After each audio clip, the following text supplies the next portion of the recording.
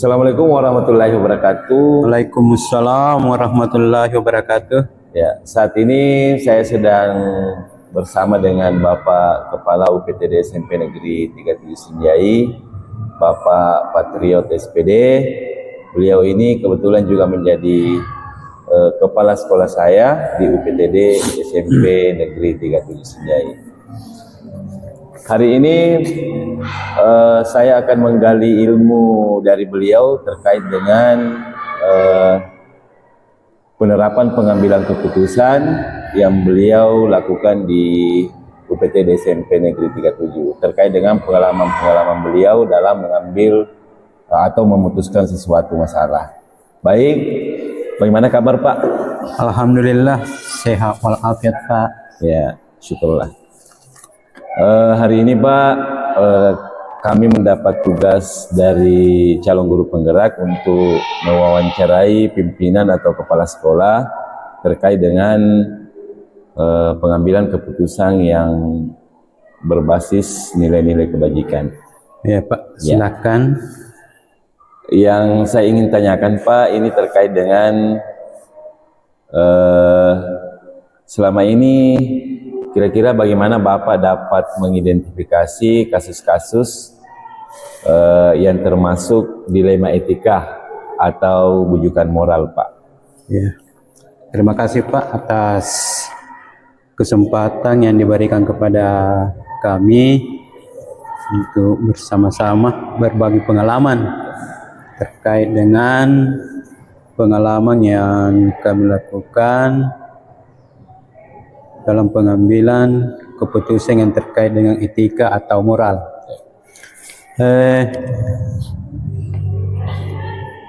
Yang selama ini yang kami lakukan untuk mengidentifikasi kasus-kasus yang berkaitan dengan etika atau moral, tentu langkah yang pertama yang kami lakukan adalah membuat dulu pedomannya. Iya. Ya, dengan pedoman ini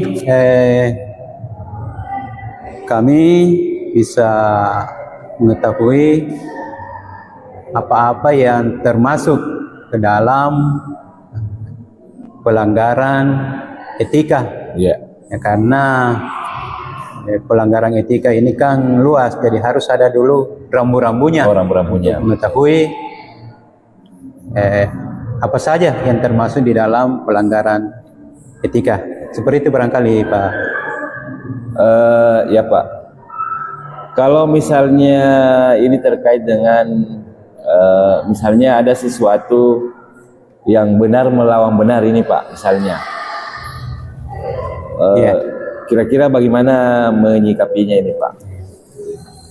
Terhadap dilema yang seperti ini Pak, ini ya yang kami lakukan adalah orientasi di dalam pengambilan keputusan itu sejauh mungkin tidak mengorbankan keberlanjutan pendidikan peserta didik.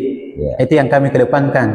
Ya, jadi tentu kami harus melihat dari seluruh sudut pandang. Ya, bukan hanya semata-mata melihat pelanggarannya, tetapi apa yang melatar belakangi sehingga terjadi pelanggaran. Itu. Ya. Itu Pak. Ya, jadi intinya Pak tidak merugikan Pak. Ya, jadi tidak merugikan peserta didik. Ya. Baik. Kemudian Pak, langkah-langkah atau prosedur apa yang biasa Bapak lakukan selama ini terkait dengan pengambilan keputusan tersebut? Iya. Kalau langkah-langkah Pak yang kami lakukan adalah tentu ini setelah mengetahui bahwa ada pelanggaran etika, ini langkah-langkahnya dilakukan secara berjenjang. Jadi tidak langsung kepada kepala sekolah, tapi melalui teman-teman. Jadi baik wali kelas dulu menangani permasalahan ini, kemudian digiring ke teman guru bimbingan dan konseling, dan untuk selanjutnya kalau memang belum bisa tertangani maka pada akhirnya dibawa ke pimpinan atau kepala sekolah untuk penanganannya. Jadi mulai dari misalnya wali kelas, Wali Pak, ya. kelas. Kemudian guru BK, kemudian ya. Jadi sampai itu kepada kepala sekolah. Baik, Pak. Selanjutnya, Pak, hal-hal apa saja yang selama ini Bapak anggap efektif dalam pengambilan keputusan pada kasus-kasus dilema etika? Iya. Kalau pengalaman kami, Pak, hal yang paling efektif di dalam mengatasi permasalahan seperti ini, ya tentu kami melibatkan stakeholder yang ada di sekolah. Iya. Jadi kami melibatkan teman-teman dewan guru untuk melihat permasalahan ini dan memberi masukan di dalam pengambilan keputusan. Ya. Jadi melibatkan stakeholder ya, Iya, Pak? betul.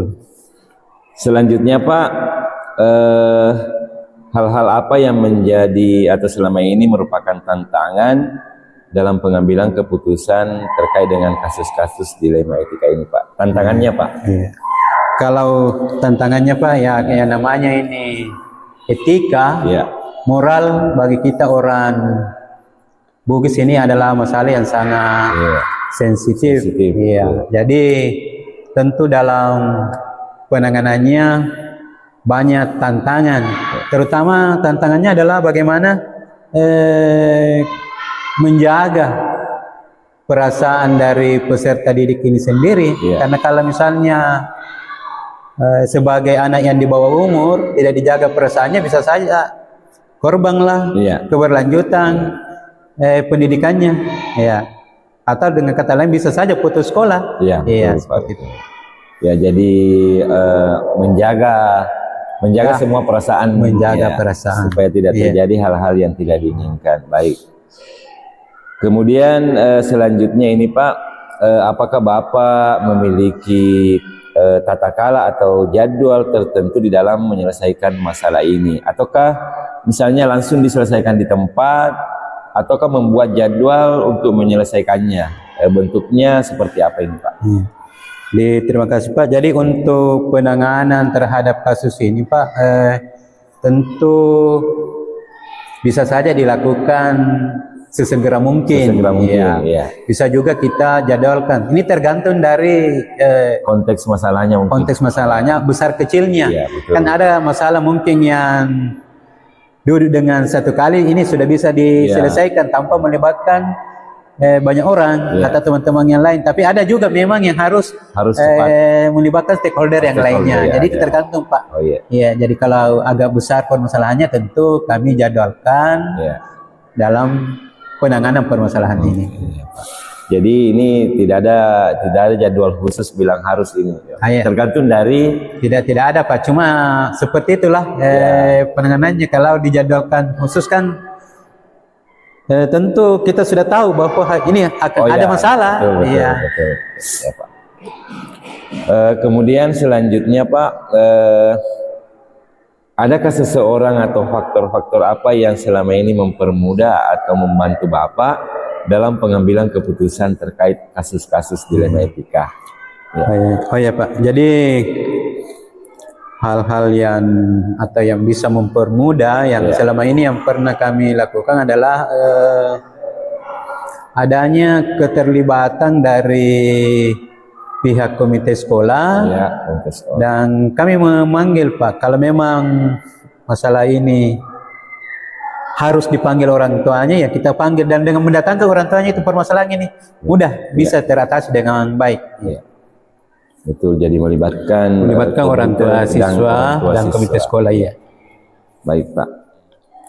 Ini mungkin pertanyaan terakhir, Pak. Oh, ya. Dari semua hal yang Bapak sampaikan tadi, kira-kira pembelajaran apa yang dapat Bapak petik dari pengalaman Bapak mengambil keputusan dalam dilema etika ini? Ya, jadi ada beberapa, Pak, pengalaman yang kami ambil di dalamnya, bahwa yang pertama adalah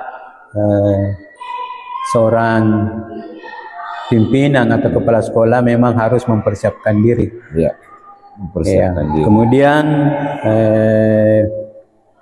dengan permasalahan tersebut juga membuat pendewasaan bagi diri kami, bahwa kita harus lebih dewasa di dalam menangani suatu masalah.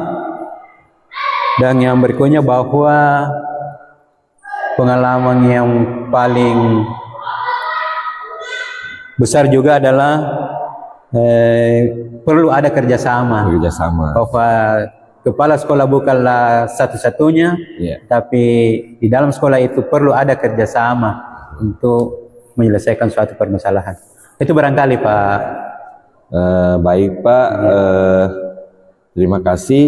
Banyak Pak. sekali hal yang saya dapatkan hari ini dari perbincangan terkait dengan mengambil keputusan yang bernilai-nilai kebajikan. Jadi saya ucapkan terima kasih banyak Pak. Terima kasih juga atas kesempatannya. Dan insya Allah saya akan terus menggali informasi dari Bapak terkait dengan bagaimana memutuskan atau penerapan pemutusan kebijakan di dalam sekolah khususnya Pak. Jadi Silakan, untuk hari Pak. ini saya kira cukup Pak. Dan saya ucapkan sekali lagi terima kasih. Assalamualaikum warahmatullahi wabarakatuh. Waalaikumsalam warahmatullahi wabarakatuh. Terima kasih Pak.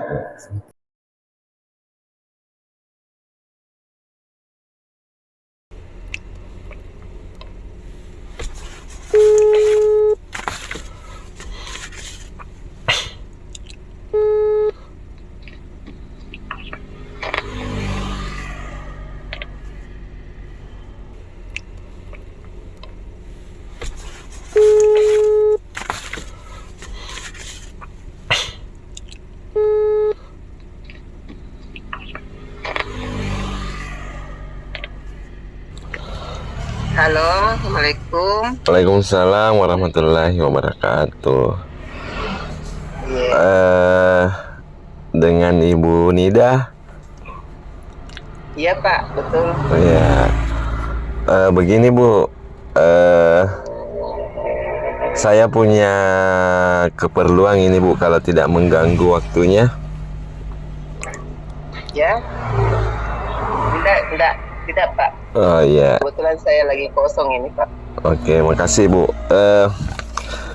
Ini ada hal-hal yang ingin saya tanyakan Bu terkait dengan kepemimpinan Ibu di sekolah.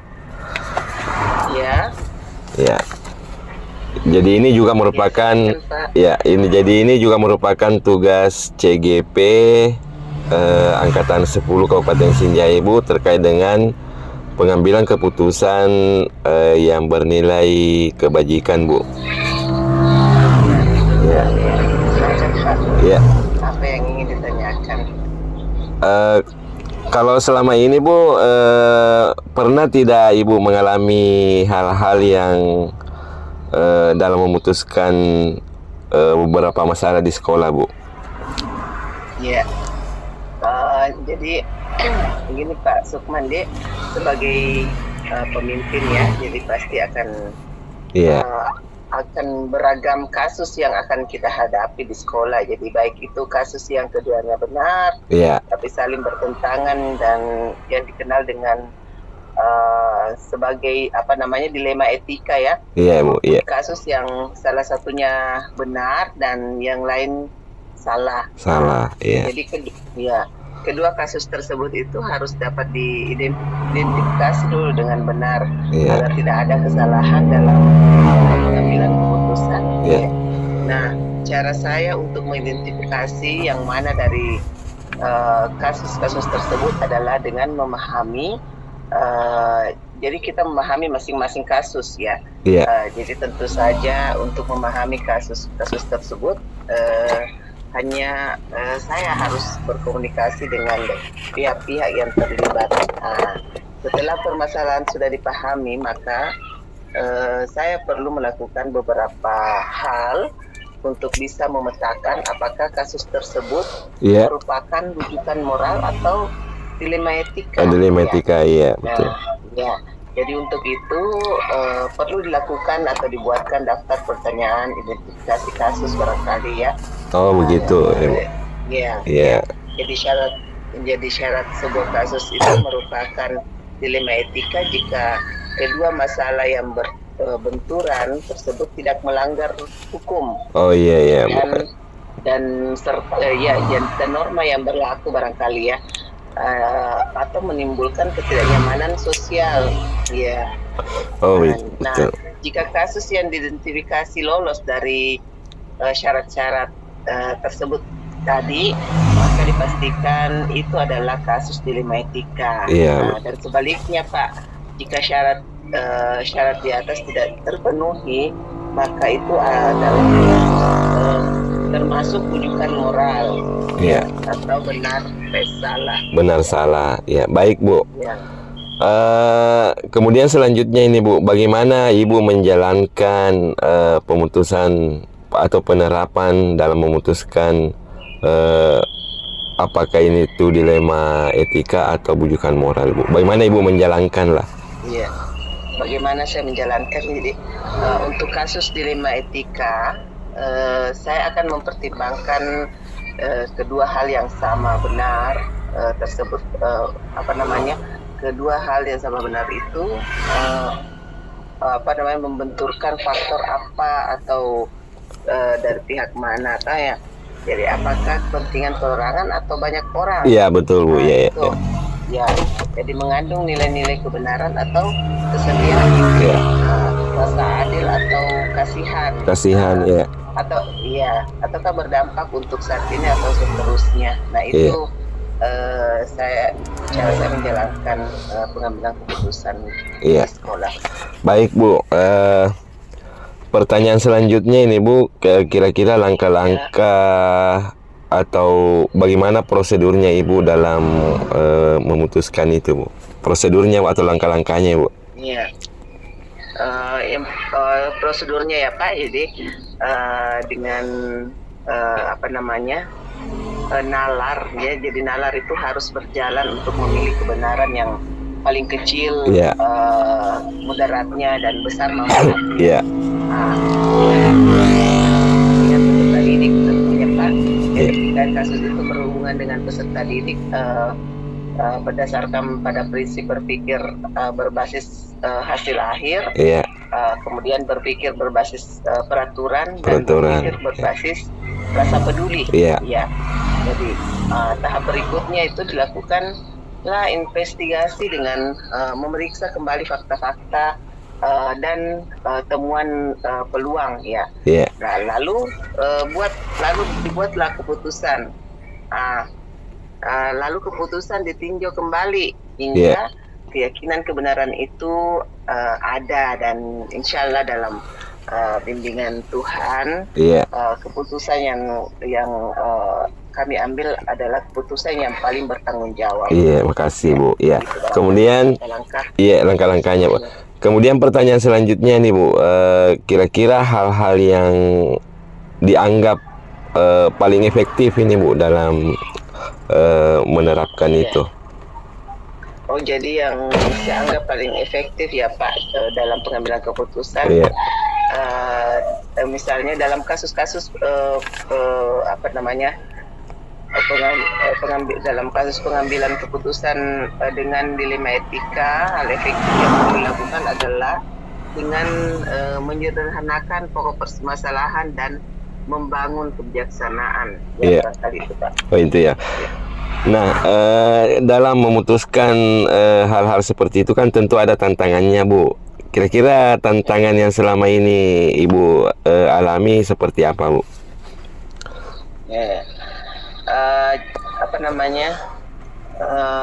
Dari hasil keputusan yang diambil itu mungkin akan ada pihak-pihak yang tidak menerima.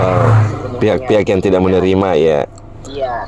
Jadi proses untuk dapat memahamkan sebagian orang untuk secara ikhlas menerima dan menjalankan keputusan itu yang menjadi sebuah tantangan. Serta untuk tetap istiqamah, Pak, dalam menjalankan keputusan yang sudah disepakati. Iya, jadi tetap bertanggung jawab, Bu, ya. Iya, bertanggung jawab. Istiqamah, iya. Nah, selanjutnya, Ibu,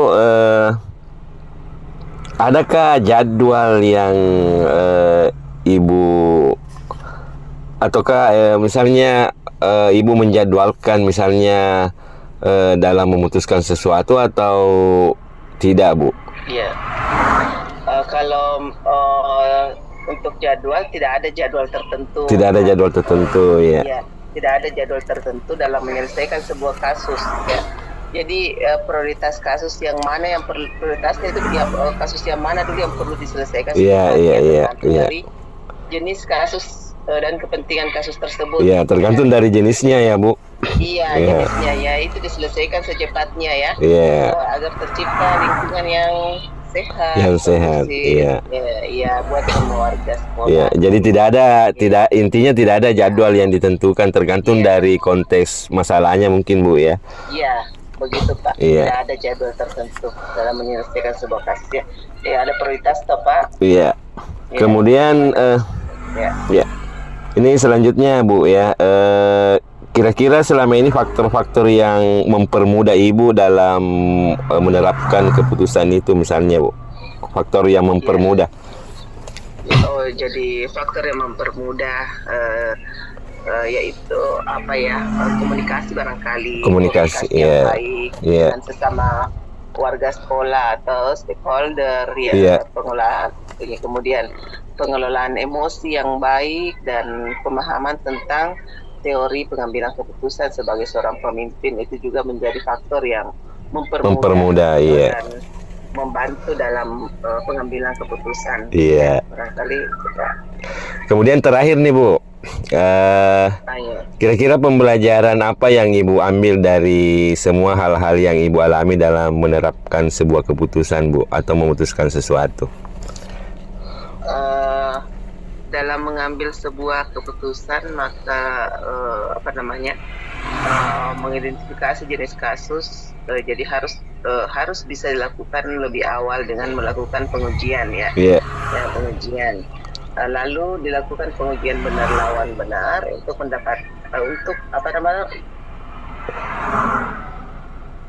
paradigma apa yang akan kita pilih sehingga keputusan bisa diambil sesuai dengan prinsip-prinsip yang tidak merugikan siswa. Jadi kita harus berpihak pada siswa. Iya. Kali itu ya. Ya, jadi mungkin itu cukup Ibu untuk pertanyaan saya, dan saya ucapkan terima kasih banyak Ibu atas waktunya. Mudah-mudahan saya akan terus menggali ilmu dari Ibu terkait dengan penerapan keputusan khususnya di lingkungan sekolah ya Bu ya. Insyaallah Pak, insyaallah. Ya. Sukses ya Pak ya. Terima kasih Bu, sekali lagi saya ucapkan. Assalamualaikum warahmatullahi wabarakatuh. Waalaikumsalam warahmatullahi wabarakatuh.